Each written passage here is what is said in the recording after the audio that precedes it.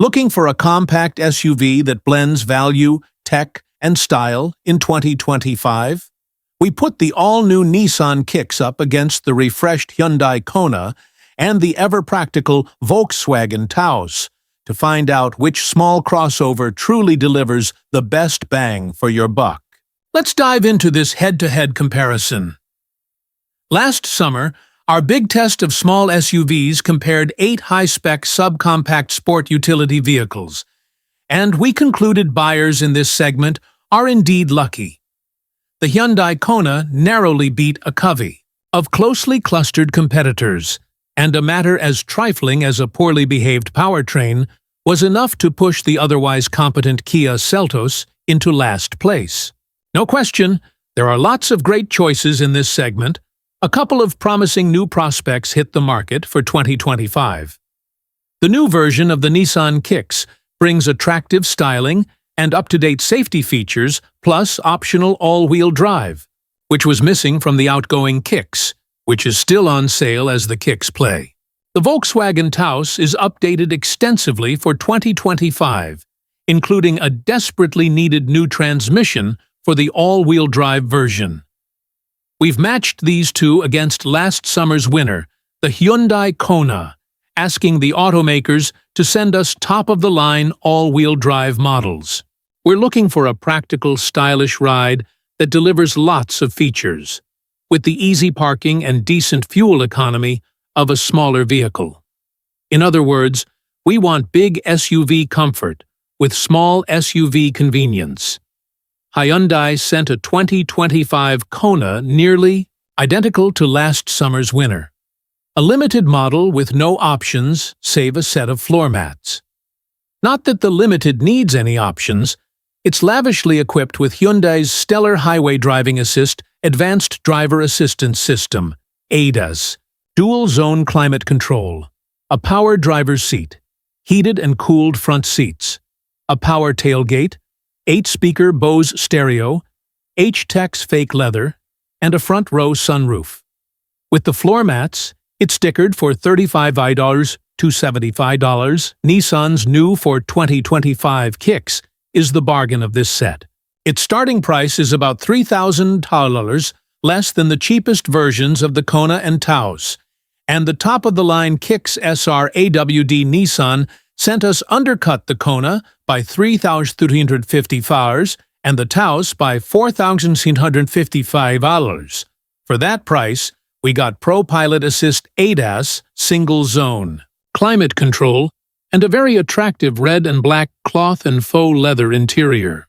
A $1,950 premium package added a 10-speaker Bose stereo with front headrest speakers, panoramic sunroof, rear seat heater ducts, and heated front seats and steering wheel. Floor mats, mud flaps, 19-inch wheels, and metallic paint rounded out the options list, and the $31,920 MSRP'd Volkswagen sent a top-of-the-line-up Taos SEL, which gets dual-zone climate control, heated and cooled front seats with power adjustment for the driver, IQ Drive ADAS, a 6-speaker stereo, and, here's a surprise, genuine leather seating surfaces. While the other two competitors offer front or all-wheel drive for all trim levels, the SEL version of the Taos comes with AWD standard. Optional metallic paint brought the Volkswagen's sticker up to a test-highest $36,575, no exotic destinations for these three. We evaluated them on home turf, between the suburban wasteland of Los Angeles' San Fernando Valley and the straight freeways and twisty canyon roads of Malibu. We met up at our favorite pastrami spot. Post-drive deliberations always go better with pastrami, and took some time to look over the vehicles. First thing we agreed upon: none of these SUVs look like low-end models. We love the Kona's Disney robot styling. Pair it with a Rivian R1S, and they could be the comic relief duo in the next Star Wars production. That said, we wonder how well the Kona's design will age. We'd say the new Kicks reminds us of the warm, old Nissan Juke, but we're afraid some might interpret that as an insult. Like the Juke, the Kicks is a happy, playful-looking car. But unlike the Juke, it's not a love-it-or-hate-it deal. From the browed front fenders to the complex D-pillar treatment, with nifty-looking wheels and lots of handsome details in between, it was easy to forget the Kicks was the least expensive subcompact SUV here. VW's Taos is the most conservatively styled, but that doesn't mean it's boring. We can debate the merits of the bright moss green metallic paint. Waiter, please bring more pastrami. But the handsome new for 2025 grille and bold but not outlandish rocker panel cladding nicely complement the clean, mature lines. The Taos looks like a family SUV that's strapped on its hiking boots for an invigorating ramble. We spent as much time admiring the insides of these subcompact SUVs as the outsides, and again we found it difficult not to really like the Kona. Our test car had a light gray interior that made it feel open and airy. So much so, we can almost forgive the dinky single-pane sunroof.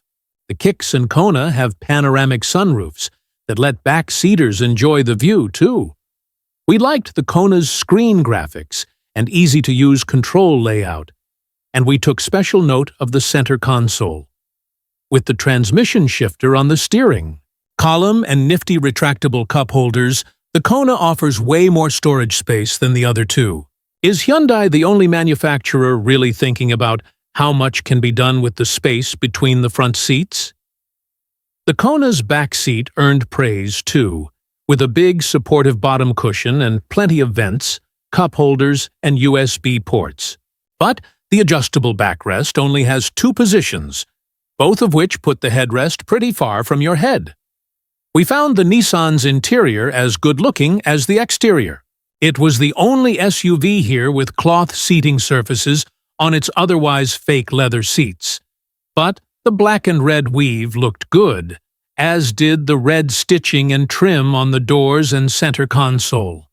The big, crisp dashboard screens reminded us the Kicks is the latest design here, and we loved the instrument panel's smooth, flicker-free animation. The Kicks only had single-zone climate control versus dual-zone for its rivals, but that's an acceptable compromise for the lower price. Unfortunately, all our test drivers had trouble getting comfortable in the driver's seat. It wasn't just the lack of power adjustment as found in the Kona and Taos, though the Nissan's ratcheting backrest didn't help. There's no adjustable lumbar support, and the seat needs more back support. We found the back seat less supportive and more cramped than the others, and although it has an armrest and USB ports, there are no AC vents. It's a minor complaint, but we also noticed the door panels for the back seat aren't as nice as the ones up front, a cost-cutting measure shared by the Taos. Volkswagen did a great job dressing up the Taos interior with two-tone leather, real stuff under our butts, synthetic on the wings, and bright, classy trim. The dashboard looks old-fashioned compared to the Kicks and the Konas, but we liked how the instrument panel offers a choice of traditional analog-style gauges or a full-size moving map. We aren't fans of the capacitive touch climate controls, though. What really impressed us about the Taos was the space. The VW has nearly 2 inches more headroom than the Kona and the Kicks, but it feels like 2 feet. Although the specs say the Hyundai offers more rear seat legroom, we found more stretch-out space in the Taos. Same for the cargo area. On paper, it trails the Kona by 0.6 cubic feet, but our photographers had an easier time stowing their bulky gear into the Taos than the Kona. These SUVs may be aimed at singles and childless couples, but we all agreed the VW is the one best suited to a growing family. Still, it's worth noting the Taos was the only SUV here not to win a safety award from IIHS. The Kicks is a top safety pick, and the Kona is a top safety pick plus. But the Taos' small overlap crash rating of average denied it such an honor. Driving. Excitement was not top of our priority list during this test, And yet we were genuinely surprised at how engaging these three SUVs are. The Kona is the only one of these SUVs to offer a choice of engines, though it's not really a choice. If you buy the limited model like the one here or the one down from the top N line, you get a 190 HP turbocharged 1.6-liter, while SE and CL models get a 147 HP non-turbo 2.0. It's no surprise the Kona was the quickest of this bunch, running to 60 mph in 7.7 seconds. But power brings thirst, and the Hyundai returned the worst fuel economy and the shortest cruising range of the three. Handling-wise, the Kona exhibits more body roll than the others, and its steering precision is just okay, though it did hang on nicely in the curves. Still, cruising is what the Kona does best. It was the quietest here, and had the best-sounding stereo. Hyundai Drive Assist, an adaptive cruise control system that centers the Kona in its lane and steers it around curves, provided the driver keeps a hand on the wheel, is the best ADAS offered by this group, though Volkswagen's IQ Drive comes close.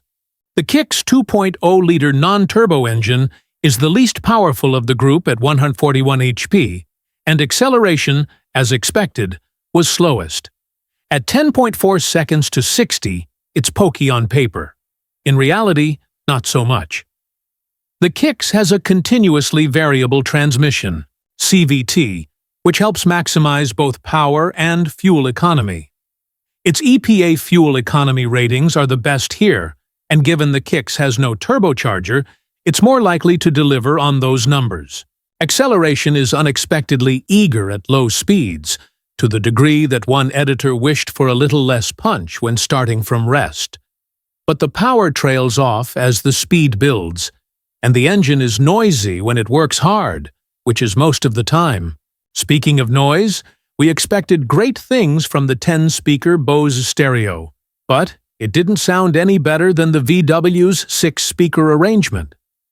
The Nissan Kicks is the lightest SUV of this group, and it drives accordingly, with great steering, feel, and nimble handling. The ride is a bit stiffer than that of the Kona or Taos, which enhances the responsive feel. It lacks the solidity of the Taos and the softness of the Kona, as if the chassis was engineered to a lower price point, which it probably was. Were the Kicks more expensive, we'd be more critical. It isn't, so we aren't. If Goldilocks were one of the Motor Trend editors participating in this test, she'd love the Taos. Its engine, a 174 HP turbocharged 1.5, delivers a nice balance of acceleration, 0 to 60 in 8.9 seconds, and fuel economy, 28 mph on the EPA combined cycle, midway between the Kona and the Kicks, with less noticeable turbo lag than the Hyundai. Its big 14.5-gallon gas tank gives it the longest cruising range. The new 8-speed transmission shifts smoothly, something we can't say about the twin-clutch automatic in last year's AWD Taos. Still, the new transmission was slow to downshift when we demanded power, even in sport mode, which made us miss the response of the Kicks CVT. Steering feel is good, and the driving experience feels like a happy compromise between the softer Hyundai and the sportier Nissan. The Taos IQ Drive ADAS is nearly as good as the Kona's, if a bit more subtle. It will happily steer the little VW through some tricky curves, provided it senses an overriding hand on the wheel, that is, whereas the Kicks Pro Pilot system had more trouble with sharper turns. Overall, the Taos feels the most substantial and well-engineered of the lot. It was the most expensive SUV here too, and that's exactly how it feels from behind the wheel. As with our big test of small SUVs, we are impressed by the variety of vehicles on offer in this segment. All three provide the big SUV ambiance and convenience we always seek, without the big SUV bulk. Still, our job is to rank them. So, with heaping pastrami sandwiches before us, that's what we did. Someone has to come in third, and it's the Nissan Kicks. For the most part, we all like the Kicks, but it reminds us that the subcompact SUV class is not really a single segment. There's a high end and a low end, and the Kicks is designed to compete against less expensive models like the Hyundai Venue, Chevrolet Trax, and Buick Envista. The latter two competed in our previous comparison, and although we thought highly of both, we think the Kicks would have come out ahead of them. It's a nicer vehicle, and the availability of all-wheel drive for less than $25,000 is a boon. But value wasn't this test's sole focus. The Kicks has less space, fewer features, and drives like the less expensive vehicle it is. But don't forget that $4,000 price gap, and remember that for the price of the Taos SEL in this comparison, you can get a nicely equipped Nissan Rogue, one of the best SUVs in the one-size-up compact category. We spent a long time deliberating between the 2025 Hyundai Kona and the 2025 Volkswagen Taos. The Kona offers more features than the Taos, usable ones, like a power liftgate, for less money. The Kona's interior feels more modern than what the Taos offers, and the front seat storage is unbeatable. On the other hand, despite what the measurements tell us, the Taos is more comfortable for backseat passengers and provides more usable cargo space. It's more refined, and its interior design is more mature. When we first encountered the facelifted Taos, we thought it would be a mid-pack competitor, but driving it back-to-back with two competent rivals showed us what a practical vehicle it is. The Kona appealed to our hearts. The Taos appealed to our heads. We talked about how we use these cars in real life, about commuting in traffic, going out with friends, and showing family LA's sights. And in the end, our heads won. We still love the Kona, and its value equation is stronger than the VW's, but the updated Taos delivers more usability with a more upscale feel that's worth a slightly higher car payment. Second place for the Hyundai Kona Limited, then, the Volkswagen Taos SEL is the winner. So, which compact SUV would you choose for 2025? The bold Nissan Kicks, the smart Hyundai Kona, or the refined Volkswagen Taos?